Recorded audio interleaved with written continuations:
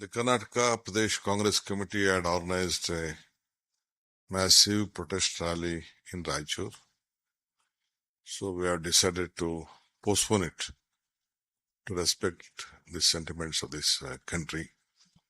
We stand by the armed forces and the government because the image,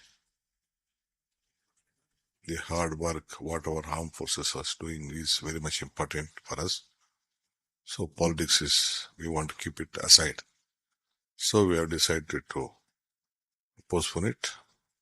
The Congress party has stated at the national level, we are committed to it. We stand by the party's commitment, whatever the decision has been taken by the party, and we stand by the government and all of who have been working hard to keep our country image very high.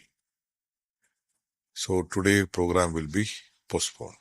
Befitting reply, in your opinion? Of course, we have to, because our country, we have lost our lives. We have to give a proper reply.